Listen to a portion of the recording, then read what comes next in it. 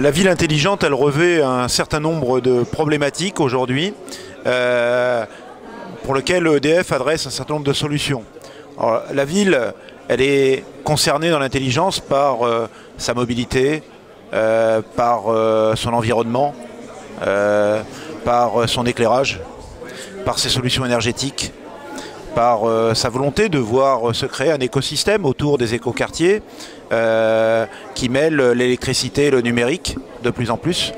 Et donc la vision d'EDF, c'est d'être un intégrateur de l'ensemble de ces solutions pour être justement un fédérateur ou un intégrateur de solutions qui entraîne avec lui un ensemble de partenaires de la ville. La région Provence-Alpes-Côte d'Azur a été porteuse d'un projet qui s'appelle FlexGrid. Elle a été labellisée par l'État. C'est un projet très important parce qu'il vise à passer du stade du démonstrateur au stade de la pré-industrialisation des solutions. Et ça concerne bien évidemment tout ce qui est l'intégration du numérique et de l'électrique au travers des réseaux électriques intelligents. Ce projet est régional, mais bien évidemment Marseille est au cœur du projet et EDF y porte sur ce territoire de Marseille un certain nombre d'ambitions. Alors, les ambitions que l'on a sur la ville de Marseille, c'est de mettre en évidence justement, à la maille d'un grand quartier, de plusieurs dizaines de milliers, voire centaines de milliers de mètres carrés, de voir comment on peut adresser des solutions qui touchent à l'émergence de production énergétique locale. C'est-à-dire, la ville dispose de ressources énergétiques. Comment est-ce qu'on peut les exploiter, les optimiser au mieux dans un quartier? En l'occurrence à Marseille, on a la chance d'avoir l'eau de mer à proximité de ces zones territoriales. Et donc on va puiser de l'eau de mer, faire des boucles d'eau tempérée. Et par ce biais-là, avec des pompes à chaleur en relais, on est capable d'adresser 75% des besoins de chaud et de froid de l'écoquartier par des ressources énergétiques locales. Et ça met en œuvre des solutions de smart grid thermique. C'est-à-dire qu'on va jouer sur la solidarité énergétique d'un quartier. Comment est-ce qu'on peut utiliser les calories qui sont développées par des utilities tertiaires, salles informatiques, etc., pour aller les réutiliser dans l'immeuble d'habitation à côté pour préchauffer les ballons d'eau chaude, par exemple. Voilà. Et c'est par ce biais-là, de cette solution-là, que l'on est capable de diminuer très fortement l'intensité énergétique des projets. Après, il y a une autre solution, c'est tout ce qui touche aujourd'hui à l'autoconsommation. C'est un domaine où il y a beaucoup d'appétence, appétence des particuliers, appétence des collectivités, appétence des entreprises.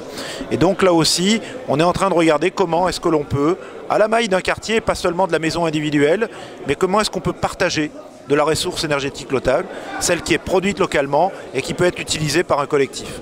Voilà un peu des exemples dans lesquels EDF investit la ville intelligente dans le cadre du projet FlexGrid sur Marseille. Les problématiques aujourd'hui des Smart Cities, elles sont mondiales. Toutes les villes, toutes les métropoles ont les mêmes préoccupations.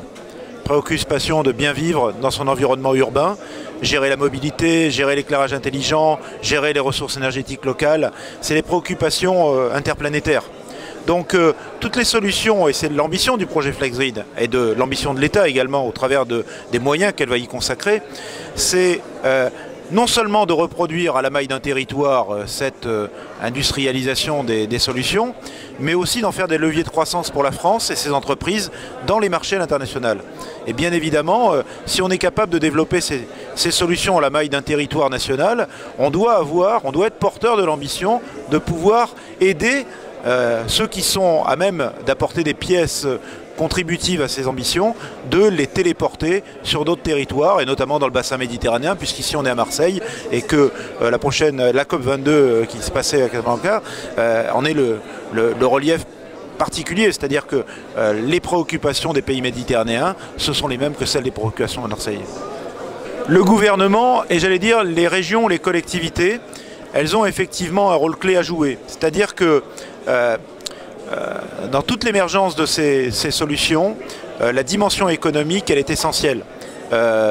Qu'on soit un acteur énergétique, qu'on soit un acteur du big data, qu'on soit même une collectivité qui ambitionne demain d'avoir un foisonnement de ces données à la maille d'une collectivité et pour en tirer un modèle économique. Aujourd'hui, on en est tous à rechercher effectivement la crédibilité du modèle économique qui est sous-jacent. Et donc l'État, les collectivités, elles sont un petit peu les architectes ensembliers au niveau de la finance pour engager, et les moyens que, par exemple, sont consacrés sur les réseaux électriques intelligents sont déjà très importants.